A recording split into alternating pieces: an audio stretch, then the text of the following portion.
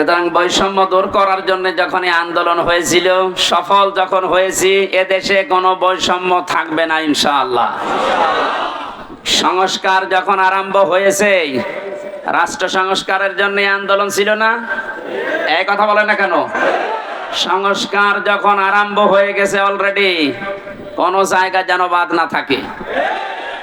গত কয়েকদিন আগে আমিরে জামাত আপনাদের এই শিলাইদা এসে বলে গেছে না যে সংস্কার যখন আরম্ভ হয়েছে, যারা দায়িত্বে আছে আমরা চাই ইনাদের হাতে যেন সংস্কার শেষ হয়। সুতরাং যারা আছেন বেশি দেরি করার দরকার নেই, খুব তাড়াতাড়ি যারা জালেম ছিল এবং জামিলে জালেমের সহযোগী ছিল, একটাও যেন পদে না থাকে। আজকে হলে আর কালকে যাওয়ার দরকার নেই। কারণ এই 1734 জন মানুষ যারা সবচাইতে বেশি জুলুম করেছে এই দেশে চেয়ারে বসে, এই মানুষগুলো আল্লাহর কাছে সব আল্লাহর মামলার আসামি। কেউ বাঁচাতে পারবে না আপনাকে। আর যারা দায়িত্ব পেয়েছেন, আপনাদের আহ্বান জানাচ্ছি, সংস্কার খুব তাড়াতাড়ি শুরু করেন, নয়তো মাঝে মাঝে কিন্তু ইস্যু তৈরি করে ওরা বিশৃঙ্খলা করবে। তৈরি করার চেষ্টা চালিয়েছিল হিন্দুদেরকে দিয়ে, হালে পানি নেয়নি। এক কথা বলছে না কেন? আনসারদের দিয়ে আক্রমণ চালানোর চেষ্টা চালিয়েছে, কিন্তু হালে পানি নেয়নি। দেশের মানুষ বুঝে ফেলেছে 42,000 আনসার নিয়োগ হয়েছে কয়েক বছরে, তার ভেতরে 35,000 গোপালগঞ্জের। 42,000-এর 35,000 যদি হয় গোপালগঞ্জে, তা আমরা কি ঘাস কাটছি?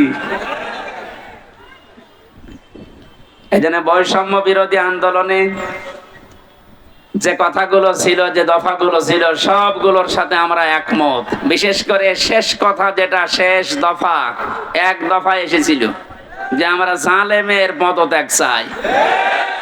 আল্লাহ এই দাবির সাথে আল্লাহ নিজেও ছিলেন। আমার তো মনে হয় শুধু ছাত্ররা না, এদের সাথে আল্লাহ আবাবিল পাঠিয়েছিলেন। আল্লাহ রাব্বুল আলামিন যেহেতু সব কিছু সংস্কার চলছে, খুব তাড়াতাড়ি যেন এই 1634 জন যারা বসেছিলেন, অধিকাংশই পালিয়েছে, বাকি একটাও যেন না থাকে। যারা এতদিন পর্যন্ত বৈষম্যের শিকার হয়েছে, তারা যেন এখন এই চেয়ার গুলোতে বসে। এইটাই হবে ন্যায় বিচার। এটা কি হবে? এই ন্যায় বিচারের জন্যই আমরা আন্দোলন করেছিলাম। কথা বলেন ঠিক কিনা? সুতরাং শহীদ এবং আহত যারা আছে, এখনো হাজার হাজার মানুষ আহত, তাদের সুস্থতা কামনা করছে। কারণ সুস্থতা দেওয়ার একচ্ছত্র মালিকানা আল্লাহর। ঔষধ যদি আপনি একেবারে 24 ঘন্টা খাওয়াতেই থাকেন, আল্লাহর পক্ষ থেকে যদি এটা না আসে, তাহলে আপনি সুস্থ হবেন না। এটা আমরা বিশ্বাস করি। তো ঔষধের কোনো ক্ষমতা আছে? ক্ষমতা কার? আরো জোরে এটা বাস্তবে নিয়ে আসা লাগবে। ইন্নাল্লাহা আলা কুল্লি শাইইন কাদির। সব ক্ষমতার মালিক আল্লাহ। সুতরাং যারা অসুস্থ আছেন, আল্লাহকে আমরা সব ক্ষমতার মালিক মনে করি, বিশ্বাস করি। উনি আমাদেরকে, এই অসুস্থ মানুষদেরকে যেন আবার স্বাভাবিক জীবনে ফিরিয়ে দেন। হ্যাঁ, কিছু মানুষের জীবন স্বাভাবিক হবে না, যাদের চোখ উড়ে গেছে, যাদের পা শেষ হয়ে গেছে। আমি সদর থানার সদর হাসপাতালে গিয়েছিলাম 6 তারিখের পরে। অনেক জনের দেখলাম এমন এমন অঙ্গ নেই যে কিয়ামত পর্যন্ত হায়াত পেলে অঙ্গ আর আসবে না। লজ্জা স্থান উড়ে চলে গেছে একজনের। এটা আমাদেরকে মুক্ত জীবনে ফিরিয়ে দেওয়ার জন্য এত বড় স্যাক্রিফাইস যারা করেছে। বাংলাদেশে জামাত ইসলামী কুষ্টিয়া জেলা শাখার উদ্যোগে যে একটু সহযোগিতার হাত বাড়িয়েছিল, প্রত্যেকটি পরিবারে অন্তত 2 লক্ষ করে টাকা দিয়ে একটু দাঁড় করিয়েছে। এদেশে টাকাওয়ালা মানুষ আর নেই? বলেন। এখনো স্বাভাবিক অবস্থায় আমরা ফিরতে পারলাম না। যারা এই মুক্ত জীবন এনে দিল, তারা এখনো কাতরাচ্ছে। আর যে মানুষগুলোর কিছু হয়নি, এরা আন্দাজে লাফাচ্ছে যে না, সব বন্ধ করে এখন আমাদের এই জিনিস দাও। এরা আরেক জালেম। কথা বলেন। আমান আযলামু মিম্মান মানাআ মাসাজিদাল্লাহি আন ইউযকারা ফিহা ইসমুহু ওয়া সাআ ফি খারাবিহা ইলা আখিরি আয়া, সূরা বাকারা। না, বিভিন্ন জায়গায় কাদা আছে, থাকে এভাবে শোনা যাচ্ছে না? এভাবে শোনেন ভাই, একটু পরে আজান দেবে, এইভাবে শোনেন। আমি গতানুগতিক কথা বলি না, আমি যা বলি ওখান থেকে শিক্ষা নিয়ে আসি। ভালো করে খেয়াল করেন তো, এই যে 2700 মানুষের জীবনের বিনিময়ে তাদের আহত হওয়ার পরিবর্তে আমরা এই মুক্তভাবে এই ময়দানে এখন কথা বলছি। বাংলাদেশ জামাত ইসলামী কুষ্টিয়া জেলা শাখার উদ্যোগে কয়েকদিন আগে এই যে কুষ্টিয়া শহরের এতিমখানায় 500 আলেমকে দাওয়াত দিয়েছিল, সব ঘরনার। সবাই এসেছিল কম বেশি। 2.5-3 ঘন্টা একাধারে আলোচনা হয়েছে আলেমদের। কোনো বাধা নেই, কোনো পাহারাদার নেই, কোনো সিকিউরিটি লাগে নাই। অথচ আগস্টের 5 তারিখের আগে এরকম 500 না, 5 জন এক জায়গায় হলে কত রকমের মামলা হয়ে যেত। আপনি টের পাচ্ছেন কোথা থেকে আল্লাহ কোথায় এনে দিয়েছে? এই বাস্তবতা যাদের জন্য, তাদের খোঁজ খবর নিতে যাও না। এদের জন্য এখন মসজিদে দোয়া হয়, কোরআনে কারিমের দার্স হয়, সেগুলো এখন অনেকে উল্টাপাল্টা ফতোয়া দিয়ে বন্ধ করার চেষ্টা করছে। আমাদের জেলায় না শুরু হলেও আশপাশ জেলায় অনেককে বলছে অমান আযলামু মিম্মান মানা মাসাজিদ আল্লাহ। আল্লাহ বলেন বড় জালেম দেখতে চাও? আমরা তো অধিকাংশ মানুষ মনে করি আয়না ঘর যারা তৈরি করেছিল ওরা বড় জালেম। হ্যাঁ, মাস্ট বি, ওরা বড় জালেম। ওদের চাইতেও আল্লাহর কাছে বড় জালেম ওইটা, যে লোকটা আল্লাহর ঘর মসজিদে তার নাম, তার জিকির, তার আলোচনা করতে বাধা দেয়। এগুলো এখন নতুন ভাবে অনেকে তৈরি করার চেষ্টা করছেন। আপনি থামেন। ওকে আল্লাহ কিন্তু বড় জালেম বলে নাই, আপনাকে বড় জালেম বলে ইঙ্গিত দিয়েছে। কোরআনে কারিমের সূরা বাকারা 1 নাম্বার পারা 18 নাম্বার পৃষ্ঠা 17 নাম্বার পৃষ্ঠা 3 নাম্বার লাইনে আছে যে আল্লাহর দৃষ্টিতে বড় জালেম ওই লোকটা যে আল্লাহর ঘর মসজিদে আল্লাহর কোরআনের কথা, আল্লাহর নামের কথা, জিকিরের কথা বলতে দেয় না। এটা যাতে রেকর্ড হচ্ছে, কালকে সারা দেশে যাবে। সবাইকে আমি আহ্বান জানাচ্ছি, আপনারা থামবেন। এত বড় কঠিন জুলুমের ভেতরে ওই 17 বছরে আল্লাহর ঘর মসজিদে কেউ কোরআনের কথা বাধা দিতে সাহস পায়নি। আপনি সাহস পাচ্ছেন কোত্থেকে? সুতরাং আপনি থামবেন। তো জালেমরা যেমন মুসলমানদের শত্রু হয়ে বিদায় নিয়েছে, আপনিও শেষ পর্যন্ত শুধু মুসলমানদের না, আল্লাহর টার্গেটে পড়বেন। কারণ জালেমরা টার্গেট কার? এটাকে আমি বানালাম? বলেন। কোরআনে কারীম জানিয়েছে ইন্নামাস সাবিলু আলাল্লাযিনা ইয়াযলিমুনান নাস ওয়া ইয়াবগুনা ফিল আরদি বিগাইরিল হক উলাইকা লাহুম আযাবুন আলীম।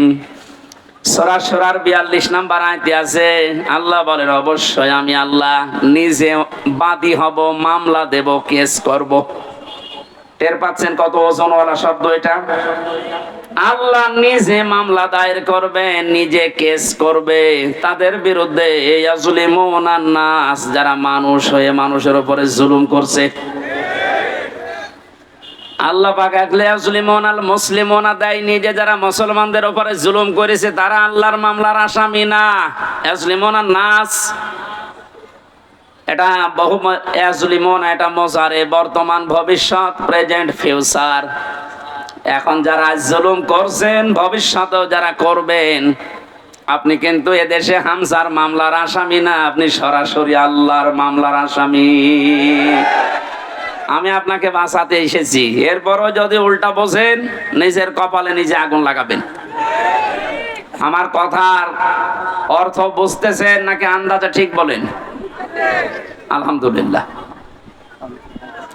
সুতরাং আবার আহ্বান জানাচ্ছি, বৈষম্য বিরোধী ছাত্র আন্দোলনের সংস্কার করার জন্য যারা উদ্যোগ নিয়েছিল, যাদের দায়িত্ব আমরা দিয়েছি, আপনারা খুব তাড়াতাড়ি করেন। কারণ এই জালেমরা যতদিন পর্যন্ত এখানে থাকবে ততদিন পর্যন্ত নতুন ইস্যু তৈরি করার চেষ্টা চালাবে। যারা পৃথিবী শান্ত হয়ে যাওয়ার পরও অশান্ত করার জন্য চেষ্টা চালায়, এই মানুষগুলো আয়াতের দ্বিতীয় শব্দে তারাও আল্লাহর মামলার আসামি। ওয়ায়াবগুনা ফিল আরদি বিগাইরিল হক, পৃথিবী শান্ত হয়ে যাওয়ার পরে যারা অশান্ত করার জন্য বিদ্রোহ করে বেড়ায়।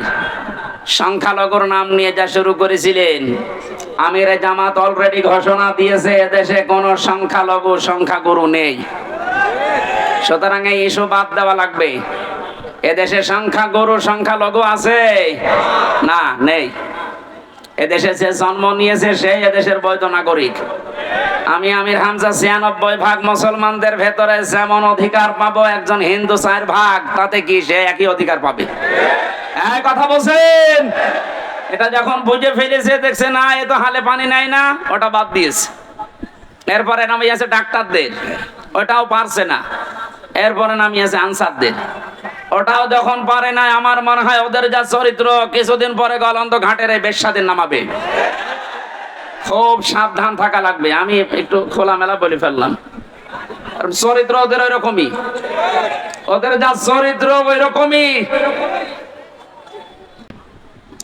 আমি আবার বলছি, শেষ কথা, বৈষম্য বিরোধী আন্দোলনে যে সমস্ত দফাগুলো ছিল সংস্কার করার জন্য, এটা রেকর্ড হচ্ছে বলে বারবার বলছি, যারা আছেন তাড়াতাড়ি করেন, নয়তো এরকম কুলু আবার তৈরি করবে। প্রধান বিচারপতিকে দিয়ে একবার চেষ্টা চালিয়েছিল, ছাত্রদের জন্য পারে নাই। আমার তো এই যে 8টা 9টা ইস্যু তৈরি করার যা শুরু করেছিল বিদ্রোহ, আমি দেখলাম সবগুলো আল্লাহ নিজে যেন হ্যান্ডেলিং করছে। সুতরাং যখন কাজ হচ্ছে না, আপনারাও থামেন। জালেম তো বিদায় নিয়েছে। কোরআনে কারিমের অনুষ্ঠানে হাজার হাজার মানুষকে নিয়ে আল্লাহর কাছে বলছে, আল্লাহ কিয়ামতের আগে যেন এদেশের চেয়ারে আর কোনো জালেম না আসে। বলেন, আমির জামাত তো এই দিকে ইঙ্গিত দিয়েছিলেন যে এক জালেমের হাত থেকে মুক্ত হয়ে যেন আমরা অন্য কোন জালেমের হাতে না পড়ি। অথচ কিছু মানুষ নিজের দিকে এটা নিয়ে উল্টা পাল্টা ফতোয়া দিচ্ছে। আরে ভাই, আপনার নাম বলেছে, তাহলে আপনি নিজে অবশ্যই ঠাকুর ঘরে কে রে, আমি তো কলা খাই না।